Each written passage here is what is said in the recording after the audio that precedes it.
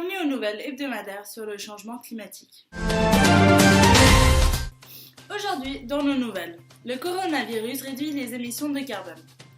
Une île en Antarctique perd 20% de neige. L'investissement faible en carbone doit doubler.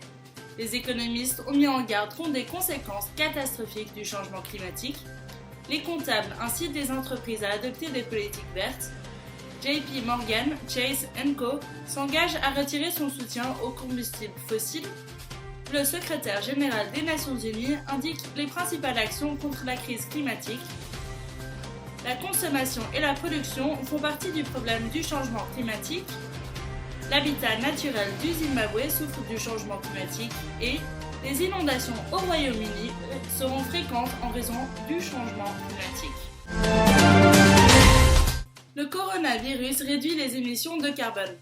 Au cours du dernier mois, le monde a connu une baisse importante des émissions de dioxyde de carbone, contribuant ainsi à la lutte contre le changement climatique. La raison en est l'épidémie de coronavirus en Chine, qui a rendu malades au moins 77 000 personnes, a fermé des usines, des raffineries et des vols à travers le pays dû à l'obligation de rester chez soi. En conséquence, les émissions de dioxyde de carbone de la Chine au cours des 3 dernières semaines ont été inférieures d'environ 25% à celles de la même période l'an dernier. Une île en Antarctique perd 20% de neige. La NASA a signalé une vague de chaleur inhabituelle qui a fait fondre le quart de l'une des îles du nord de l'Antarctique. Le climatologue Xavier Fettweis suggère que la canicule a été le plus grand contributeur à l'élévation du niveau de la mer cet été. Les régions côtières sont les plus touchées. La péninsule nord de l'Antarctique est généralement la région la plus froide en raison des vents forts traversant l'hémisphère sud, mais la région a reçu des vents faibles inhabituels.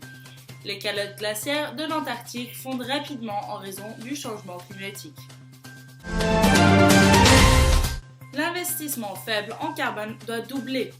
Une étude a révélé que les entreprises européennes devraient doubler leurs dépenses sur des projets à faible émission de carbone pour atteindre l'objectif de neutralité carbone de la Commission européenne d'ici 2050.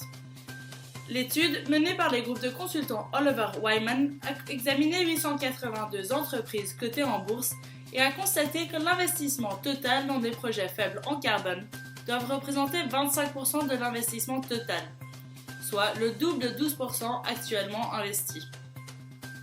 L'étude a fait valoir qu'une action politique est nécessaire pour faciliter l'action contre le changement climatique.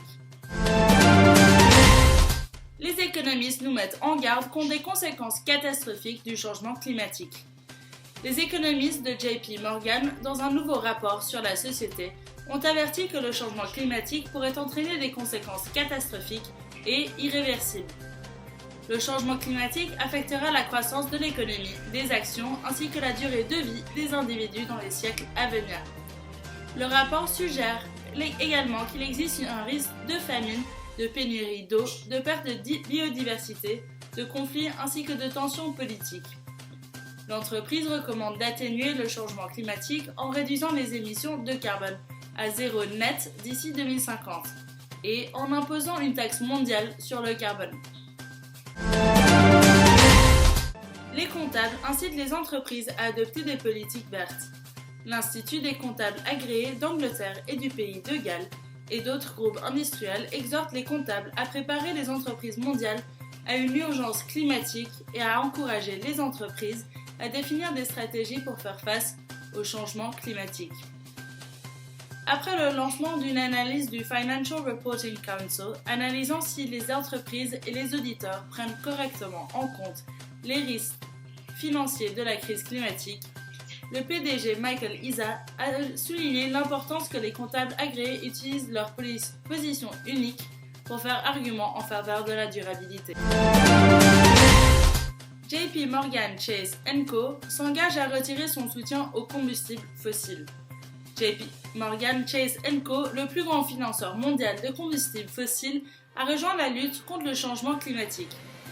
Il s'est engagé à retirer son soutien en mettant fin aux prêts de combustibles fossiles pour le forage pétrolier dans l'Arctique et en supprimant progressivement les prêts pour l'extraction du charbon. Il vise à offrir 200 milliards de dollars à des accords environnementaux et économiques pour aider à soutenir l'énergie propre et d'autres projets durables. Dans le passé, le financier a fourni pour 75 milliards de dollars d'aide financière à la fracturation schisteuse et à l'exploration pétrolière et gazière dans l'Arctique, puis depuis l'accord de Paris sur le climat. Le secrétaire général des Nations Unies indique les principales actions contre la crise climatique. Glasgow accueillera le 26e sommet de la conférence des parties en novembre de cette année.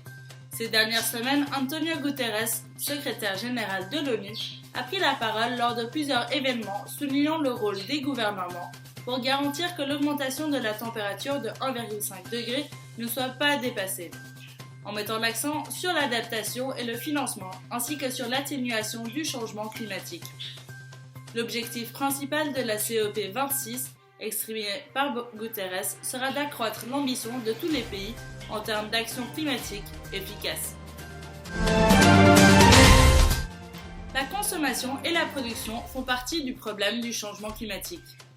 La militante climatique Greta Thunberg a accusé les économies développées de se dérober à leurs responsabilités en matière de carbone parce que leurs mesures des émissions de gaz à effet de serre ne tiennent pas compte des gaz émis lorsque des marchandises importées sont produites dans d'autres pays. La Chine confirme cette théorie car environ 15% des émissions de leur pays sont générées par la production de biens consommés dans d'autres pays. Pour avoir un impact réel, les économies avancées devraient prendre une position plus forte dans la lutte contre le changement climatique. L'habitat naturel du Zimbabwe souffre du changement climatique. Amina Mohamed, le chef des Nations Unies, a visité le parc national de Hwange au Zimbabwe cette semaine et a été témoin des effets néfastes du changement climatique sur l'environnement et les animaux. L'un des principaux problèmes auxquels le parc est confronté est le manque d'eau en raison de la baisse des précipitations dans la région. Cela mène plus de 400 oiseaux et 150 espèces de mammifères à lutter pour survivre dans ces conditions. Alors que le parc prend des mesures concrètes telles que des points d'eau solaires, il reste encore beaucoup à faire pour protéger la dégradation de l'environnement et l'extinction des espèces. Les inondations au Royaume-Uni seront fréquentes en raison du changement climatique. Jamie Hannaford, hydrologue principal au UK Centre for Ecology and Hydrology, a déclaré que les projections du changement climatique brossent un tableau sombre pour le Royaume-Uni, car elle suggère qu'il est possible pour le Royaume-Uni de faire face à une augmentation de la gravité des inondations à l'avenir. Il existe un lien fondamental entre le changement climatique et les inondations, car le temps plus chaud retient plus d'humidité. Les tendances à la hausse des inondations au cours des dernières décennies, dans certaines parties du nord et de l'ouest de la Grande-Bretagne, sont certainement compatibles avec un réchauffement du monde. Je vous souhaite une bonne journée et à la semaine prochaine.